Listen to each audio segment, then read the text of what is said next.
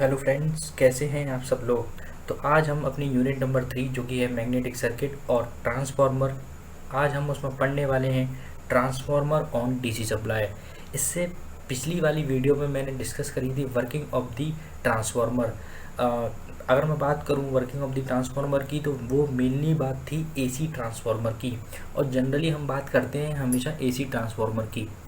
हम और आप सभी ने अभी तक की जो नॉलेज इकट्ठी करी है 12th तक, 11th 10th 9th जो भी आपने पढ़ी है, आप सभी ने हमेशा ये पढ़ा होगा कि ट्रांसफार्मर हमेशा एसी सप्लाई के लिए बनाया जाता है, नॉट डीसी सप्लाई। तो अब हम ये पढ़ने जा रहे हैं कि क्यों बनाया होगा, क्यों बनाया जाता है, डीसी सप्लाई के लिए क्यों नहीं बनाया जाता। तो आइए तो करते हैं इस वीडियो को स्टार्ट। तो ध्यान दीजिएगा और ढंग से समझिएगा। सबसे पहले ट्रांसफार्मर ऑन डीसी सप्लाई। तो हमने पिछली वीडियो में बात करी थी transformer on AC supply, working वगैरह, प्रिंसिपल वगैरह सबकी डिस्कस कर चुके हैं। अब हम बात करने वाले हैं ट्रांसफार्मर ऑन डीसी सप्लाई। तो the DC supply can not be use for the transformers because with DC supply the flux produced in the core of the transformer will not vary with the time but remains constant. I repeat, देखो हमारी जब हमने AC transformer की working पढ़ी थी तो हम वहाँ पर हमने देखा था कि हम उसे एक एसी वोल्टेज देते थे, एसी सप्लाई देते थे, जिससे एक ऑल्टरनेटिंग करंट प्रोड्यूस होता था और उस ऑल्टरनेटिंग करंट से एक फ्लक्स जनरेट होता था और उस फ्लक्स की वजह से एक ईएमएफ जनरेट होता था। ओके, तो अब अगर यहाँ पे हम डीसी वोल्टेज देंगे, डीसी सप्लाई देंगे, तो डीसी वोल्टेज है, इट मीन्स उसकी जो पोलैरिटी है वो चेंज नहीं होने वाली। इट मीन्स उससे जो करंट बनेगा वो भी डीसी होगा, उसकी भी पोलैरिटी चेंज नहीं होगी।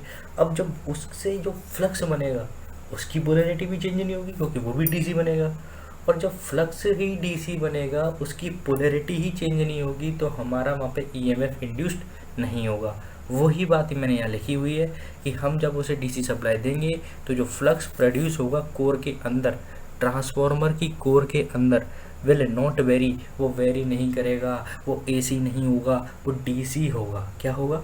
वो डीसी होगा। With remain but with time but remains constant, और वो कांस्टेंट रहेगा, चेंज नहीं होगा समय के साथ। ठीक है। And Faraday law is not applicable, तो उस पर फेराडे लॉ नहीं लगेगा। अब इस बात का मतलब समझो, फेराडे लॉ नहीं लगेगा मतलब समझो, जरा ध्यान दें।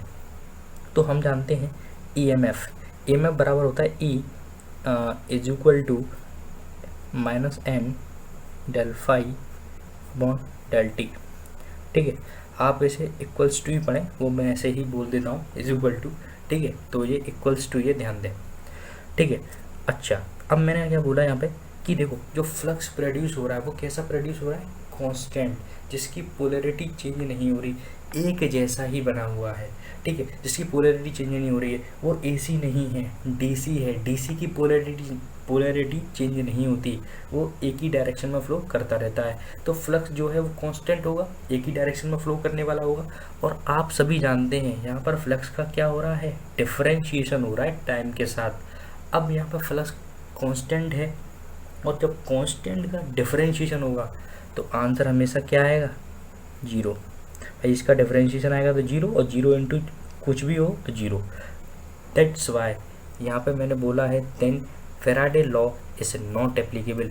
इसका मतलब यही है जो मैंने आपको बताया कि यहाँ पे फेराडे लॉ एप्लीकेबल नहीं है। EMF will not induce in the secondary winding. तो EMF क्या आ गया इस केस में? जीरो। वही बात मैंने आगे बोली है, EMF will not induce, EMF generate नहीं होगा, इंड्यूस नहीं होगा हमारी सेकेंडरी वाइंडिंग में। The DC supply never connected to the transformer because it will burn the transformer. और हमें कभी भी डीसी सप्लाई को आपके ट्रांसफार्मर में नहीं देना चाहिए, नहीं भेजना चाहिए। क्यों?